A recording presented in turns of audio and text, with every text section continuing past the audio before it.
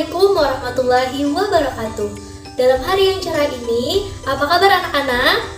Ibu harap kalian semua selalu dalam keadaan yang sehat walafiat dan selalu dalam lindungan Allah Subhanahu wa Ta'ala. Amin ya Rabbal Alamin. Dan jangan lupa untuk tetap menjaga protokol kesehatan, yaitu mencuci tangan, menjaga jarak, menggunakan masker, dan mengonsumsi makanan-makanan yang sehat serta mengonsumsi vitamin. Oke, mantap nih. Oke, sebelum pembelajaran dimulai pada hari ini, alangkah baiknya kita berdoa terlebih dahulu. Berdoa dimulai.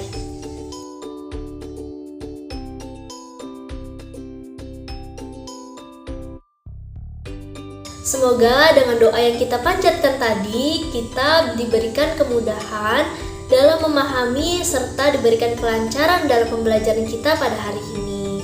Amin ya Rabbal Alamin. Baiklah anak-anak, pada kesempatan hari ini dalam mata pelajaran Matematika kelas 9 semester 1, kita akan mempelajari materi mengenai kekongruenan dan juga kesebangunan. Nah, Ibu harap kalian semua nantinya bisa membedakan antara kekongruenan dan juga kesebangunan, serta memahami sifat-sifat yang ada di kekongruenan dan juga kesebangunan, dan dapat menyelesaikan permasalahan berkaitan kekongruenan dan juga kesebangunan. Baiklah, jangan lupa untuk disimak dengan baik pembelajaran kita pada hari ini dan tetap semangat. Oke anak-anak, pada kesempatan kali ini pertama-tama kita akan membahas mengenai pengertian kekongruenan dan juga pengertian kesebangunan. Tetap disimak ya. Oke, kita masuk kepada poin yang pertama, yaitu mengenai kekongruenan. Nah, apa sih kekongruenan? Mari kita lihat dari pengertiannya. Nah, kita lihat di sini. Dua benda dikatakan kongruen jika keduanya memiliki bentuk dan ukuran yang sama. Jadi, jika ada dua benda, baik itu benda ataupun bangun datar yang memiliki bentuk dan ukuran yang sama, maka dapat kita katakan itu sudah pasti kongruen. Oke, kita lanjut ya. Nah, untuk poin yang kedua yaitu mengenai kesebangunan. Apa nih kesebangunan? Kita lihat pengertiannya. Dua benda dikatakan sebangun jika keduanya memiliki bentuk yang sama. Nah, jika ada dua benda nih memiliki bentuk yang sama, bisa jadi ia sebangun. Tetapi ada beberapa syaratnya. Masih ada syaratnya ya. Kita lihat di sini syaratnya. Nah, syaratnya yang pertama, sudut yang bersesuaian sama besar. Dan yang kedua, perbandingan sisi yang bersesuaian itu senilai atau sama besar. Nah, berarti harus ada syaratnya. Nah, dari poin 1 dan poin 2 dapat kita ambil poin pentingnya, yaitu kekongruenan itu sudah pasti sebangun, sedangkan sebangun atau kesebangunan itu belum tentu kongruen. Sampai sini Ibu kira paham semua ya? Oke, kita lanjut ya. Nah anak-anak, tadi kan kita sudah membahas mengenai pengertian kekongruenan dan juga kesebangunan. Nah sekarang Ibu ada gambar nih, supaya kalian bisa lebih jelas memahami mengenai apa itu kekongruenan dan juga kesebangunan. Mari kita lihat gambarnya ya. Nah, kita lanjut ke contoh kekongruenan melalui ilustrasi gambar. Di sini Ibu memiliki dua gambar mobil. Nah, di sini kita lihat ada dua mobil. Kita kembali kepada pengertian dari kekongruenan tadi, yaitu memiliki bentuk yang sama dan ukuran yang sama. Di sini mobilnya sama bentuknya ya, sama-sama mobil, dan ukurannya juga sama. Berarti bisa kita katakan bahwa dua mobil ini adalah kongruen. Lanjut, di sini gambar yang kedua ada dua bola. Nah, sama, dua bola ini juga memiliki bentuk dan ukuran yang sama. Jadi dua bola ini merupakan dua bola yang kongruen. Gambar yang terakhir, di sini ada dua buku. Dua buku sama-sama berbentuk persegi panjang dan sudutnya sudah pasti ya siku-siku ini ya. Sama siku-siku, ukurannya sama, bentuknya sama, maka kita katakan dua buku ini adalah dua buku yang kongruen. Oke, kita lanjut ke contoh yang kesebangunan. Nah, di sini contoh kesebangunan. Di sini Ibu memiliki pas foto ya, dua pas foto A dan pas foto B. Di sini Ibu pakai foto Ibu sendiri ya.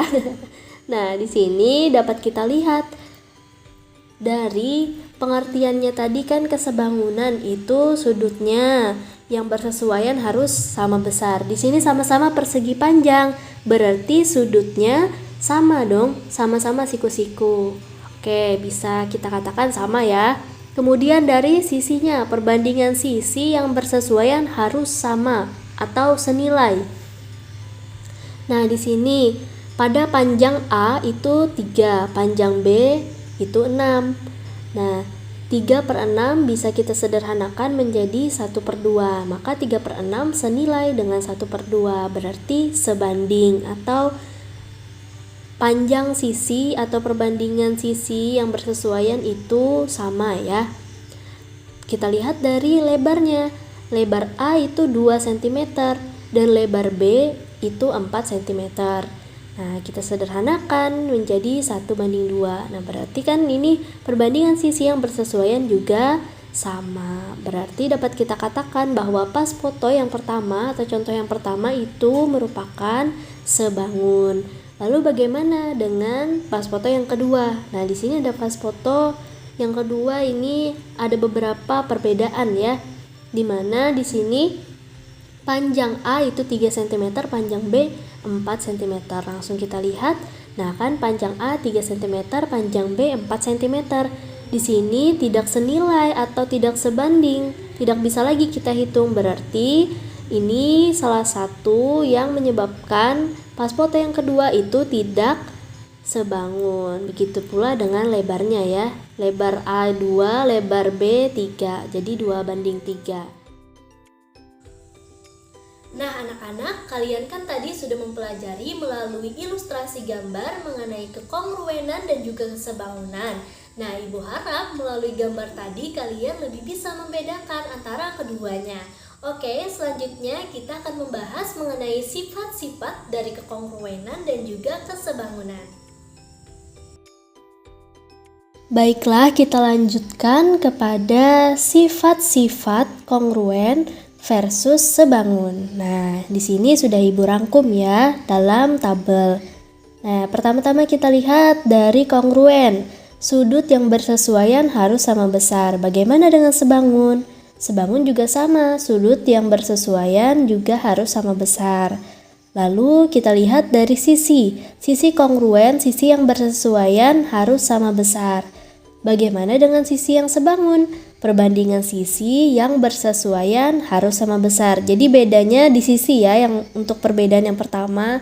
Nah, dalam segi simbol juga berbeda. Simbol kongruen itu sama dengan di atasnya ada gelombang. Ingat ya, kongruen di atasnya ada gelombang dan di bawahnya itu ada sama dengan. Bagaimana dengan simbol sebangun?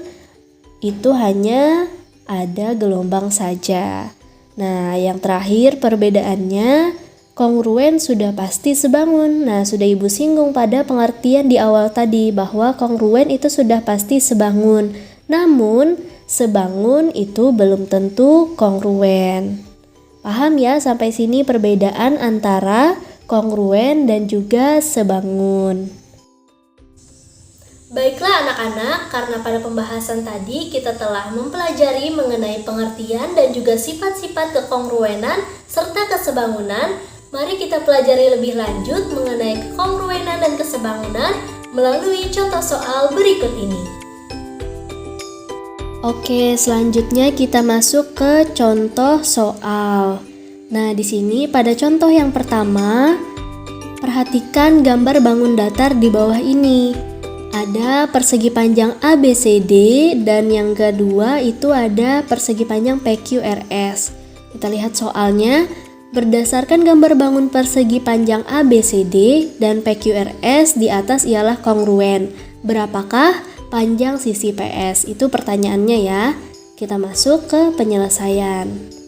Nah, di sini perlu kita ingat bahwa tadi kongruen itu memiliki bentuk yang sama dan ukuran yang sama.